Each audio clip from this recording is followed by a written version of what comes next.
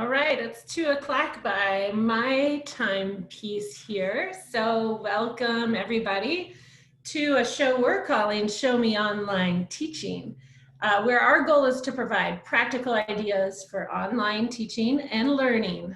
Each episode is going to feature a guest teacher sharing a favorite lesson, and in writing project style, we'll work with activities and ideas that are adaptable across subject areas and grade levels, elementary through college. So today, I'm really glad that Kim Blevins is here with us to share her lesson. And we'll also have some additional support in adapting this lesson from Casey Doherty in Republic School Districts, Jeff Dierking from Raytown. We have Linda Brock from Blue Springs, and Melanie Fimler, our elementary teacher, coach, librarian guru. They'll unmic a bit later. And of course, we have Julie Sherman behind the scenes from the Missouri Writing Project Network, and Marceline, she's doing our tech support. This is a final reminder that we're gonna keep folks mic'd during this, muted during this call. And I really encourage you to open up that chat feature in Zoom and use it to pose questions, make comments, and meet new friends. So, Kim is one of my favorite storytellers, which is one of the reasons why I'm going to let her introduce herself rather than botch it. Hi, thank you, Katie. Yeah. I teach at Blue Springs South High School. I have freshmen. I've been in the National Writing Project since 2009. I went through the Ozarks Writing Project. And then when I moved to Kansas City, was super excited to be a part of Greater Kansas City Writing Project. The best professional development ever, anywhere that you can get. So, okay, so what I'm getting ready to show you guys, I just wanted to talk about it.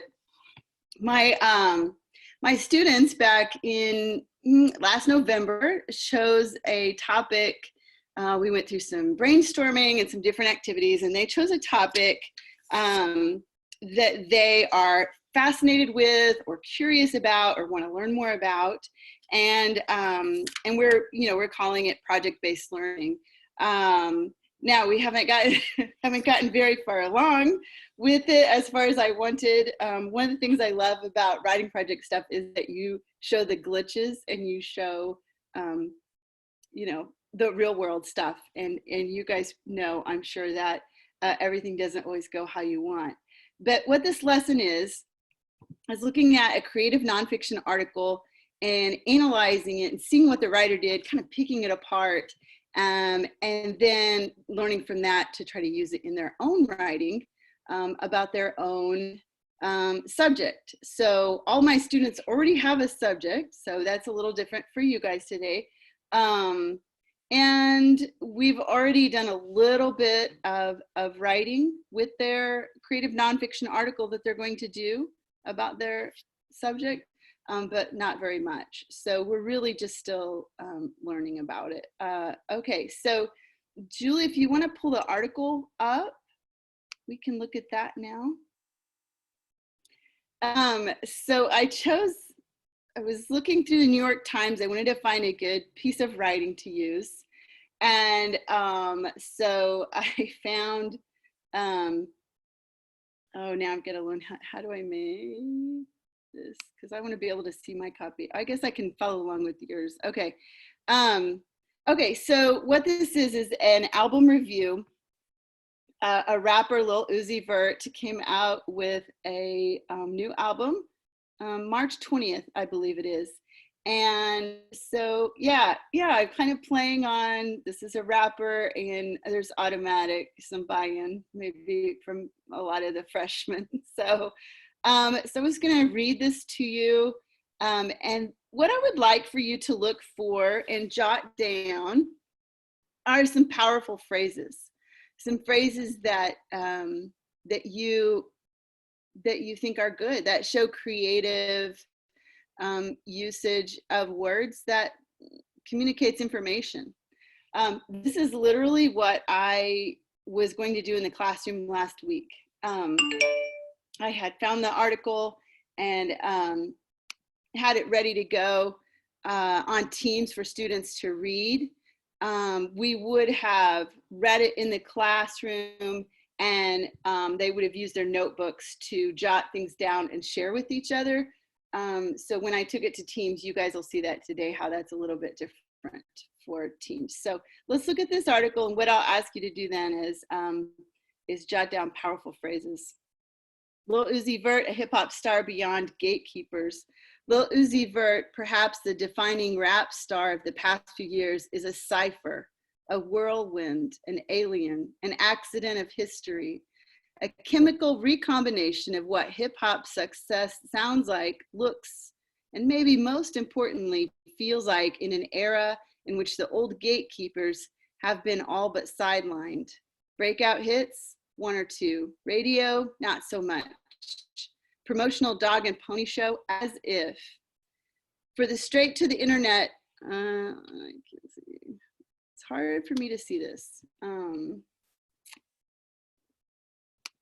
Here we go. I got my own copy. Okay.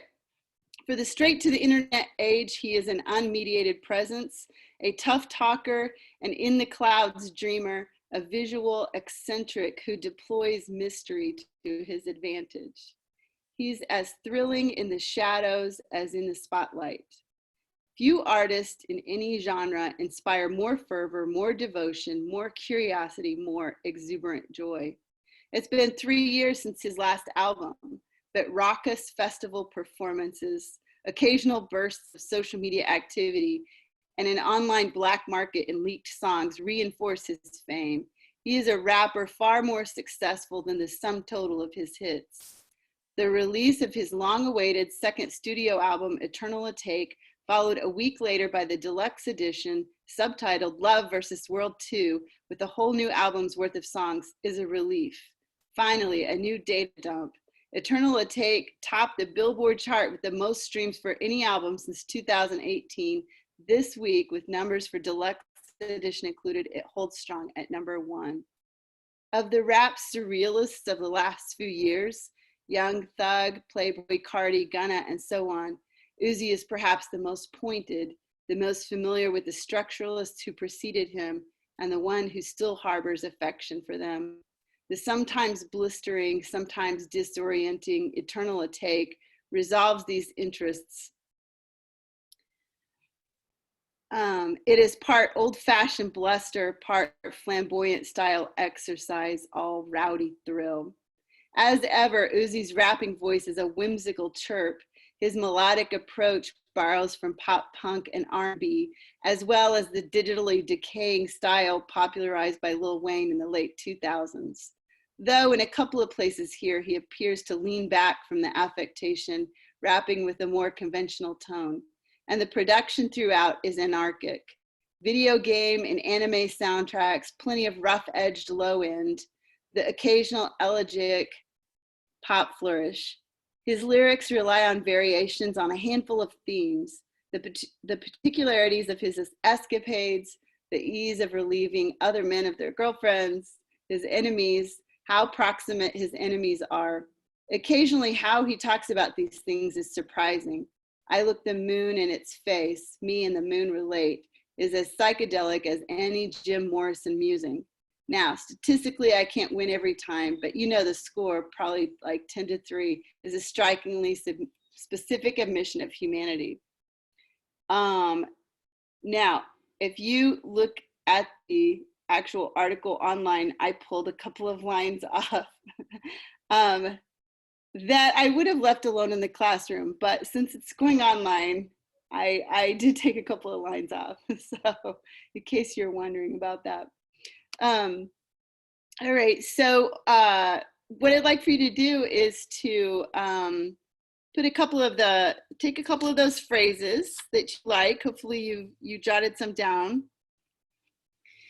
And what I ask my students to do next is to analyze what the author did in those phrases. So for example, I gave them some ideas. Let me find that here. All right. So I had them find 5 phrases of good writing, powerful phrases, and put those in, and you'll see in the worksheet. Oh, actually, we could pull that up, couldn't we? Actually, are you guys seeing that? Not yet? Okay. So I asked students to copy and paste 5 phrases of good writing that show how the author was creative in giving information, which is what I just asked you guys to do. Now, next, what I'd like for you to do, if you are able to find those, is to look at what did the author do? What's some figurative language that he used?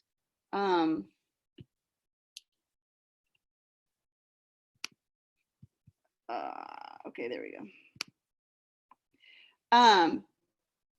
How did he use it? How did he use it? So I've been doing this kind of thing with my students since September through their books of choice.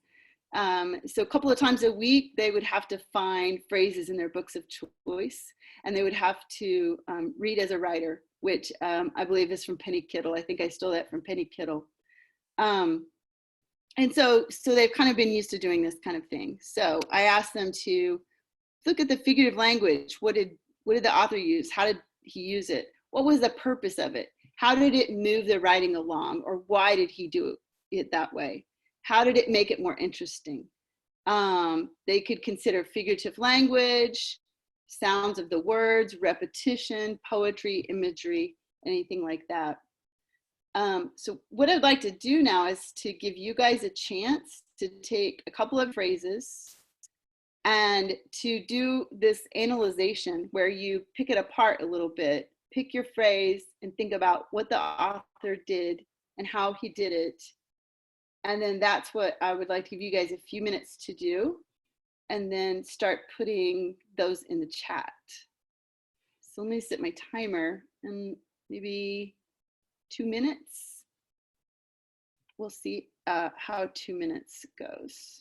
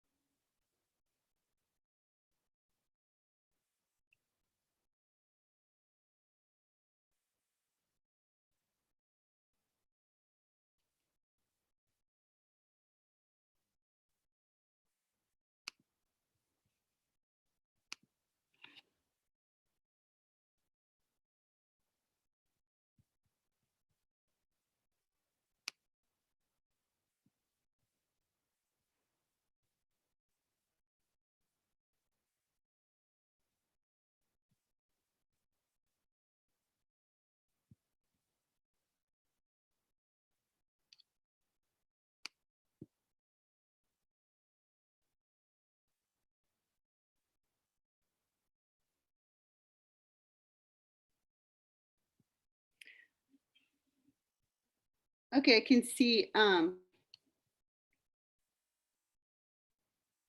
Katie talking about the use of repetition, more fervor, more devotion, more joy. And I think that one of the reasons that I wanted to do this with students, one of the reasons that I call it a creative nonfiction article rather than a blended writing paper, is I really talk about it, real writing in the real world. And so finding examples of that like this. So I think sometimes, we might tell students, watch your repetition, use a different word, look up a thesaurus, whereas this repetition of more fervor, more devotion, more joy is like a punch. It's like punching that that thought through. Melanie, I noticed the contradiction, whimsical, whimsical chirp versus the rough edged low in, versus thrilling as in shadows, as in spotlight. Oh yes, nice. So the contradictions. So yeah, in creative nonfiction, I talked to them about how it can almost sound like poetry. Parts of it can sound like poetry. And I think that right there does, definitely. Jeff says, structuralists who preceded him is a wonderful way of taking something seriously that some might be surprised at. Oh, and then naming, oh, look at you, smarty smart, Jeff, naming some of those structuralists. Thank you. I would not be able to name those. So, I know that some of my students would be experts on this person too, and probably would have a lot of fun with that. I was gonna pull it back up here so I could see. Can we unmic some of our experts to talk to? That would be awesome.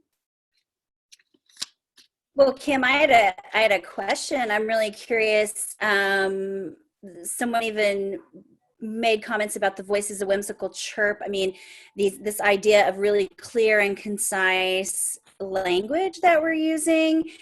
And when you're talking with students about this, do you help them name, or do they already have a list of some of these devices that authors use, that writers use? And then how do you help them connect those things? Like, here's an example, here's the name, the title, or the technique.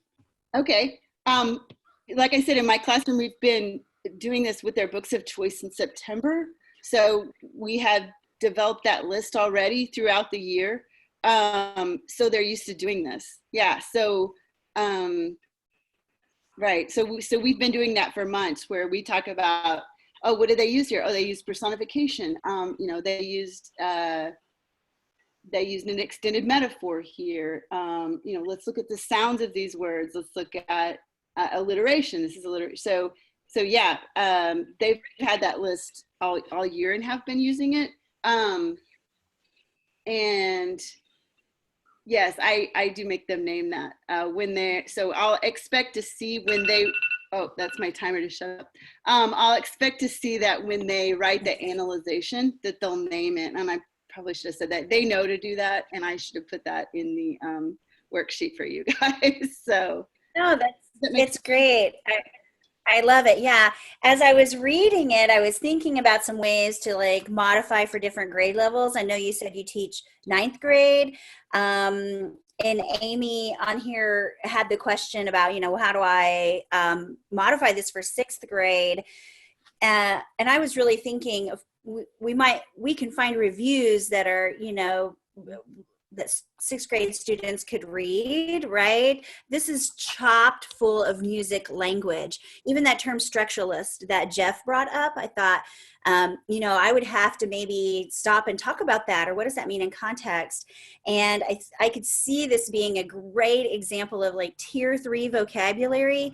I know, I think one of our FACS teachers is on here too. I can't see her right now, but even the language for cooking, right, for restaurant reviews looks different than music reviews, and maybe showing students several examples of those would be really great to practice that higher level vocabulary for specific topics. And Kim, you mentioned these students are writing their own topics. And so what's the vocabulary of the topic that you are writing about? I think that's a great thing to add to or think about for our students. And that's just secondary. And I think we can alter it by the level of the reading material. Mm-hmm. You're right. Yes, the next step for them is then to take some of these techniques and try to plug it into a paragraph for their creative nonfiction article that they're working on about their topic. But yes, they need to look like experts. So they've been researching, they've been researching what's out there, and they're supposed to be adding their voices and their expertise to it. So yes, they definitely would be using that vocabulary of this whatever it is. Like I said, there's like kids doing fishing, there's cooking, there's Sure, yeah. everything. Julie, I'm curious, Melanie, do you have anything to add with regards to elementary? Could you, I think you did. I think you unmiked us. Thank you. Yeah, I was thinking, I saw some of the comments of like, oh my gosh, this is super cool, but above our kiddos' grade level. And so even like entering into this whole idea of a review from a familiar standpoint. So kids are very familiar with book reviews. And so if you needed to kind of start in a space where it was leveling the playing field, you could take your most recent read aloud that you did in your class and let's all write a review of this book because we all experienced it together. And so and there's plenty of book reviews, right? It's very easy to go out and find book reviews for all ages. And so let's hop on Amazon, let's hop on Scholastic, let's see what other people said about this book. Do we agree, disagree? How did they write these reviews? Notice craft, notice language, all of that. And then kiddos can move into either maybe doing their own book review, or I think this is probably an area widely kind of unexposed to our elementary youth. So why don't you bring in your favorite album, appropriateness, that kind of thing. But think about the artist. Think about the title they gave this CD. Why? How does that title thread through each of the songs? And really think about the lyrics of the songs. And now, what kind of review would you write after really like thinking about the title, which is what we do with text, the language of the songs, which is what we do chapter by chapter, and really making that cross-reference that a CD album tells a story just as, a book in our hands does. And then letting them kind of go, what would you like to review? It can be a book. It can be a collection that you have. It can be a CD. I mean, anything really.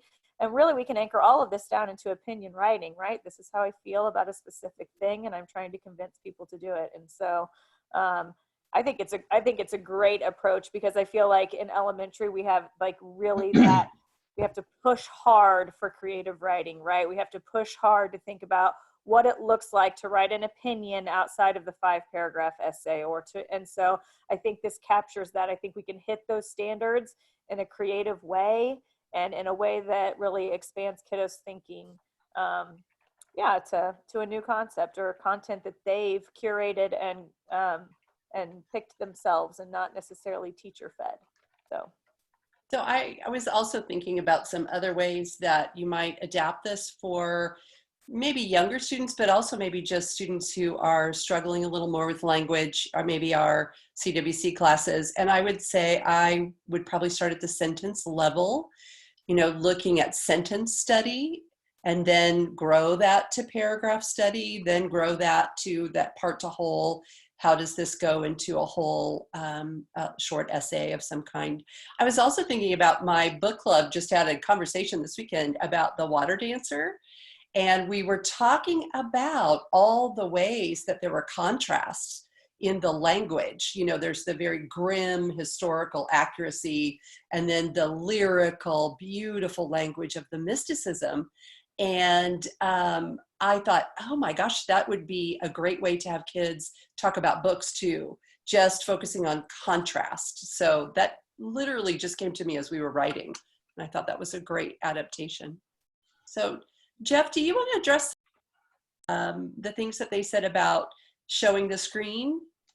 Yeah, I can talk. I mean, I think that screen sharing is kind of like bike riding. It's like you're not very good at it at first, and you'll be wobbly, and then you'll start to figure out how to do it. And so you do have to think about, what is the size of the screen I'm looking at, and all those sorts of things.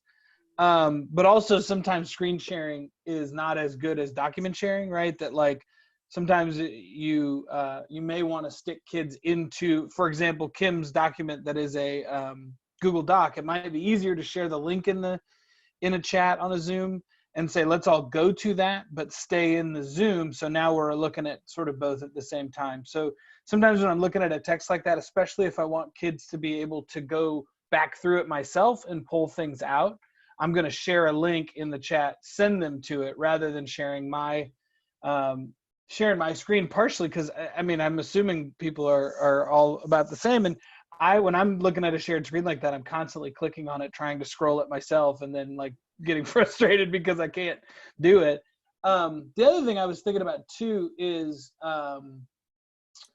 I had thinking about doing this kind of pulling out the creative pieces from a work, and the way it functions like poetry. There's a add-on to Google Docs that can take any document and create a word cloud out of it. It's called Word Cloud Generator, and I've done that a little bit with pieces of nonfiction, and I think it might be interesting to do it if you put all the kids in the same document and had them pull their favorite pieces out and then generated a word cloud out of it. That's a really fun way of seeing what everybody was seeing together and sort of getting a visual of what those creative pieces were. So that's a thing I've done before. And I've also had kids create poetry out of that, so that like once we were studying the Declaration of Independence, and we just put it through the word cloud generator, and then they had to generate poetry only using words that touched. So I think that's another way of kind of taking what Kim is doing with pulling out those important pieces and allowing kids to see what they had in common, which you can do. There's a lot of interesting interactive software to do that. So I'll try to put a link to the word cloud generator add-on. I'm not exactly sure how to do that, but I'm going to try to stick it in the chat. It's awesome. I see people were asking for the article, so I did just post that in the chat. Thank you, Kim. This was great. And I am excited to go listen to Lil Uzi, at least a song, and check it out and see how that music sounds compared to the way that the reviewer wrote it. It's one thing I'm curious about. So thank you for being here. That was my way of saying thank you, Kim, a long way. I appreciate you sharing the lesson with us. And I invite everybody to come back and join us on Friday at 2 p.m. We're going to have Dr. Margot Stafford is going to be joining us. And Margot is a Kansas City Writing Project teacher who is currently in Colorado. So she's going to be joining us from Colorado and really focused on Friday on our mental health and well-being as teachers, transitioning very rapidly to e-learning and trying to take care of ourselves, our families, and our students and communities all at the same time. So I hope to see you all again back with us on Friday. Thank you so much for joining us, and take care of yourself and each other. Bye-bye.